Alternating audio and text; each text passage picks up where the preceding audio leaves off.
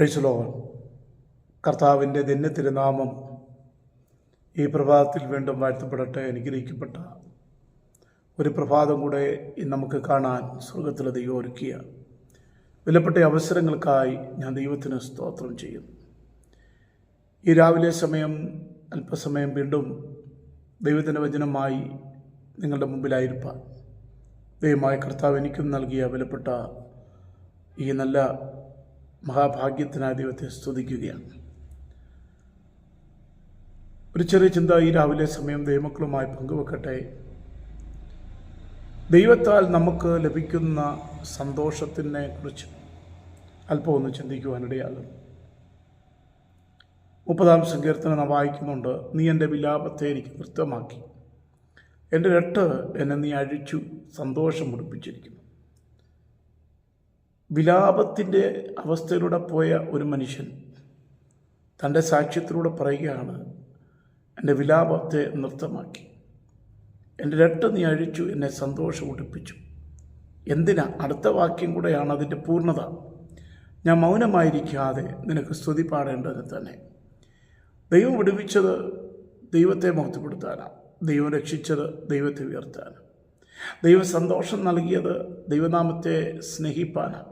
പ്രിയമുള്ളവരെ, അപ്പോൾ ദൈവത്തെ നമുക്ക് ചില സന്തോഷങ്ങൾ പ്രാപിക്കുവാനിടയായിത്തീരും. ചരിത്രപ്രസിദ്ധമായ ഒരു സംഭവം വിശുദ്ധ വേദപുസ്തകത്തിനകത്തുണ്ട്. ധന്യനായിരിക്കുന്ന പൗലോസിനെയും ശീലാസിനെയും സുവിശേഷം പറഞ്ഞതിൻ്റെ പേരിൽ, കർത്താവിൻ്റെ വേല ചെയ്തതിൻ്റെ പേരിൽ അടിയെടുത്ത് കാരാഗൃഹത്തിൽ, ഫിലിപ്പിയൻ കാരാഗൃഹത്തിൽ അടയ്ക്കപ്പെട്ടപ്പോൾ ആ കാരാഗൃഹത്തിലെ ജയിൽ സൂപ്രണ്ട് പോലും അവരെ ക്രൂരമായി മർദ്ദിച്ചു. അവർ അവിടെ അടികൊണ്ട് അവിടെ കിടക്കുമ്പോൾ അവിടെ നാം വായിക്കുന്ന ഇവർക്കും വളരെ സുപരിചിതമായ ഒരു വേദവാക്യമാണ്. പുരുഷാരം മുഴുവൻ അവരുടെ നേരെ ഇളകി, അധിപതികൾ അവരുടെ വസ്ത്രം പറിച്ചുരിഞ്ഞ് വലിയ കോലുകൊണ്ട് അവരെ അടിപ്പിച്ചു. എന്നിട്ട് അവരെ വളരെ അടുപ്പിച്ച ശേഷം തടവിലാക്കി വെച്ച് കാരാഗൃഹ പ്രമാണിയോട് അവരെ സൂക്ഷ്മതയോടെ കാപ്പാൻ കൽപ്പിച്ചു. കാരാഗൃഹ പ്രമാണിക്ക് ഒരു ഓർഡർ കൊടുത്തു, അവരെ സൂക്ഷിച്ചോണം എന്ന് പറഞ്ഞു. അവൻ അങ്ങനെയുള്ള കൽപ്പന കിട്ടിയാൽ അവരെ അകത്തെ തടവിലാക്കി അവരുടെ കാല് ആമത്തിലിട്ട് പൂട്ടി. ഒരിക്കലും പുറത്തു വരാൻ കഴിയാത്ത വിധത്തിൽ ബന്ധിക്കപ്പെട്ട് കിടക്കുന്ന 2 ദൈവദാസന്മാർ. എന്നാൽ അർദ്ധരാത്രി ആയ സമയത്ത് ശരീരത്തിൽ വേദനയുണ്ട്. വസ്ത്രം പറിച്ചുരിഞ്ഞ് കളഞ്ഞാണ് ശരീരത്തിൽ, നഗ്നമാക്കപ്പെട്ട ശരീരത്തിൽ കോലുകൊണ്ട് ഒരുപാട് പ്രാവശ്യം അടികൊണ്ടു. സുവിശേഷത്തിൻ്റെ പേരിലാണ്, ദൈവേൽപ്പിച്ച ശുശ്രൂഷ ചെയ്തതിൻ്റെ പേരിൽ പരസ്യമായി അപമാനിക്കപ്പെട്ടു. ജനം മൊത്തം അവരുടെ നേരെ കോപിച്ചു, ഉപദ്രവിച്ചു, അടികൊടുത്തു. എന്നിട്ടും ശരീരം തളർന്നെങ്കിലും അവരുടെ ആത്മമണ്ഡലത്തിന് തളർച്ച വന്നില്ല. അർദ്ധരാത്രി സമയം പൗലോസും ശീലാസും പ്രാർത്ഥിച്ചു, ദൈവത്തെ പാടി സ്തുതിച്ചു. വളരെ മനോഹരമായ, എനിക്ക് ഒത്തിരി സന്തോഷം നൽകുന്ന ഒരു വാക്യമാണ്. അവർ പ്രാർത്ഥിച്ചു. അവരാ നിമിഷം വെറുതെ കളഞ്ഞില്ല. അവർ ദൈവനാമത്തിനു വേണ്ടി സഹിച്ചതുകൊണ്ട് സന്തോഷിക്കുക. അതുകൊണ്ട് അവർക്ക് പ്രാർത്ഥിക്കാൻ കഴിയും. ദൈവത്തെ ഒരിക്കലും അവർ പിറുവിർത്തില്ല, ദൈവത്തെ തള്ളിപ്പറഞ്ഞില്ല. എന്തിനാ ദൈവമേ ഞങ്ങൾക്ക് ഈ സ്ഥിതി വരുത്തിയത് എന്ന് ചോദിക്കാൻ നിന്നില്ല. ദൈവത്തോട് അവിശ്വസ്തത കാണിക്കാതെ രാത്രിയിൽ കാലാമത്തിലിട്ട് പൂട്ടിയിരിക്കുമ്പോഴും വേദന കൊണ്ട് പൊളയുമ്പോഴും അവരാത്മാവിനാൽ നിറയപ്പെട്ടു, ദൈവത്തെ സ്തുതിച്ചു. അവർ പ്രാർത്ഥിച്ചു, പാടി സ്തുതിച്ചു. പിടിച്ചുപറിക്കാരും ദുഷ്പ്രവൃത്തിക്കാരുമായ കൊലപാതകികളായിരിക്കുന്ന മറ്റു തടവുകാരനകത്തുണ്ട്. അവരെല്ലാം ഇവരുടെ പ്രാർത്ഥന വീക്ഷിച്ചുകൊണ്ടിരുന്നു, ഇവരുടെ ആരാധന അവർ നോക്കിക്കൊണ്ടിരുന്നു. അപ്പോൾ അവിടെ ഉണ്ടായ സംഭവം, പെട്ടെന്ന് വലിയൊരു ഭൂകമ്പമുണ്ടായി. കാരാഗൃഹത്തിൻ്റെ അടിസ്ഥാനങ്ങൾ കുലുങ്ങി. എല്ലാവരുടെ ചങ്ങല അഴിഞ്ഞുപോയി, വാതിലുകളൊക്കെയും തുറന്നു.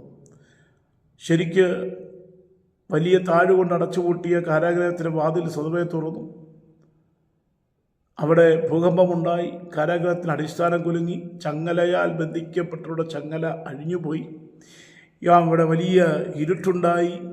അങ്ങനെ നമുക്ക് ഒത്തിരി കാര്യങ്ങളിവിടെ നടന്നു. അവരുടെ ആരാധന വെളിപ്പെട്ടപ്പോൾ എന്നാൽ ഈ തടവുകാരെല്ലാം ഓടിപ്പോയി രക്ഷപ്പെട്ടെന്ന് കണ്ട് ജയിൽ സൂപ്രണ്ട് ഇനി ജീവിച്ചിരുന്നിട്ട് കാര്യമില്ല, കാരണം അധികാരികളോട് താൻ എങ്ങനെ ഇത് കാര്യങ്ങൾ പറയും എന്നുള്ള ഭയമുണ്ടായത് നിമിത്തം തന്നെത്താൻ ചാവാൻ അല്ലെങ്കിൽ തന്നെത്താൻ വാളൂരി എന്ത് ചെയ്തു? തന്നെ ഇല്ലാതാക്കാൻ ശ്രമിക്കുമ്പോൾ സ്തോത്രം നമുക്കവിടെ വായിക്കാൻ കഴിയും. പൗലോസ് അകത്ത് എന്ന് പറയുകയാണ്, നിനക്കൊരു ദോഷവും ചെയ്യരുത്, ഞങ്ങളെല്ലാം ഇവിടെ ഉണ്ട്, ഞങ്ങളാരും രക്ഷപ്പെട്ടിട്ടില്ല. ഞങ്ങൾ രക്ഷപ്പെടാൻ വേണ്ടി ഞങ്ങൾ ചെയ്ത കാര്യമില്ല, ഞങ്ങൾ ദൈവത്തെ ആരാധിക്കുക മാത്രമേ ചെയ്തുള്ളൂ. അവൻ വെളിച്ചം ചോദിച്ച് അകത്തേക്ക് ചാടി വിറച്ചുകൊണ്ട് പൗലോസിൻ്റെ ശീലാസിൻ്റെ മുമ്പിൽ വീണു. അവന് മനസ്സിലായി, ഇത് സാധാരണക്കാരല്ല, ഇവർ അസാധാരണ മനുഷ്യരാണ്. അവിടുവരെയും അവനെ ആക്രോശത്തോടെ അസഭ്യവാക്കുകൾ ചൊരിഞ്ഞ അതേ നാവ് കൊണ്ട് പൗലോസിനെയും ശീലാസിനെ കണ്ടുകൊണ്ട് ഈ കാരാഗൃഹ പ്രമാണി ചോദിക്കുക, യജമാനന്മാരെ രക്ഷ പ്രാപിപ്പാൻ ഞാൻ എന്ത് ചെയ്യണം എന്ന് ചോദിച്ചപ്പോൾ അവനോട് മറുപടി കൊടുത്ത് ചരിത്രപ്രസിദ്ധമായ ഒരു വാക്യമാണ്, വേറെ ഒന്നും നീ ചെയ്യണ്ട, ഒരു നേർച്ചയോ ഒരു വഴിപാടോ ഒന്നും ചെയ്യണ്ട, ഒരു പുണ്യപ്രവൃത്തി നീ ചെയ്യണ്ട, ഒരു മലയും ചവിട്ടണ്ട, ഒരു വഴിപാടും അർപ്പിക്കണ്ട, എങ്ങും പോകണ്ട, മോക്ഷത്തിന് വേണ്ടി അലയണ്ട, നീ ഇരിക്കുന്ന ഇരിപ്പിടത്തിൽ നീ നിൽക്കുന്ന ഇടത്തുകൊണ്ട് ഒറ്റ വാക്ക് മതി, തീരുമാനിച്ചാൽ മതി, കർത്താവായ യേശുവിൽ വിശ്വസിക്കുക, എന്നാൽ നീ മാത്രമല്ല നിൻ്റെ കുടുംബവും രക്ഷ പ്രാപിക്കും. ആ വാക്ക് ആ മനുഷ്യൻ ശിരസാ വഹിച്ചു, അത് ഏറ്റെടുത്തു, അത് അംഗീകരിച്ചു, അവരെ ജയിലിൽ നിന്ന് മോചിപ്പിച്ചു. പിന്നെ കർത്താവിൻ്റെ വചനം അവനോട് അവൻ്റെ വീട്ടിലുള്ളവരോടും പൗലോസ് ശീലാസും പ്രസംഗിച്ചു. അവൻ രാത്രിയിൽ ആ നാഴികയിൽ തന്നെ അവരെ കൂട്ടിക്കൊണ്ടുപോയി അവരുടെ മുറിവുകളെ കഴുകി. ഞാൻ ആ മനുഷ്യൻ്റെ മുഖത്തേക്ക് നോക്കിയപ്പോൾ കണ്ണുനീര് കൊണ്ട് അവൻ്റെ കണ്ണുകൾ നനയുക. കാരണം ഈ ഭക്തരായ മനുഷ്യരെ ഇത്രയും അനുഗ്രഹിക്കപ്പെട്ടവരെയാണല്ലോ ഞാൻ പിടിച്ച് ജയിലിലിട്ടത്, ഉപദ്രവിച്ചത്, ഇവരുടെ കാലുകളാണല്ലോ ആമത്തിലിട്ട് പൂട്ടിയത്. പക്ഷേ അവൻ രക്ഷ പ്രാപിച്ചു കഴിഞ്ഞപ്പോൾ അവർ പ്രായശ്ചിത്തം ചെയ്തു. അവരെ വീട്ടിലേക്ക് കൊണ്ടുപോയി അവരുടെ മുറിവുകളെ കഴുകി. താനും തനിക്കുള്ളവരെല്ലാം താമസിയാതെ സ്നാനമേറ്റു. പിന്നെ അവരെ വീട്ടിൽ കൈക്കൊണ്ടവർക്ക് ഭക്ഷണം കൊടുത്തു. ദൈവദാസന്മാരെ അതിതായ നിലയിൽ അവൻ സൽക്കരിച്ചു, മാനിച്ചു. എന്തു ചെയ്തു? എന്നിട്ടോ അടുത്ത വാക്യമാണ്, അവർ കർത്താവിൽ വിശ്വസിച്ചതിൽ, ദൈവത്തിൽ വിശ്വസിച്ചതിൽ, യേശുവിനെ അറിഞ്ഞതിൽ അവർ വീടടങ്കം ആനന്ദിച്ചു. അവൻ്റെ വീട്ടിൽ ഇല്ലാതിരുന്ന ആനന്ദം അവരുടെ ജീവിതത്തിലുണ്ടായി. യേശുവിനെ വിശ്വസിച്ചപ്പോൾ വലിയ സന്തോഷം അവരുടെ ജീവിതത്തിലുണ്ടായി. ഇങ്ങനൊരു ദൈവത്തെ അറിയാനിടയായതിൽ അവരൊത്തിരി ആനന്ദിച്ചു.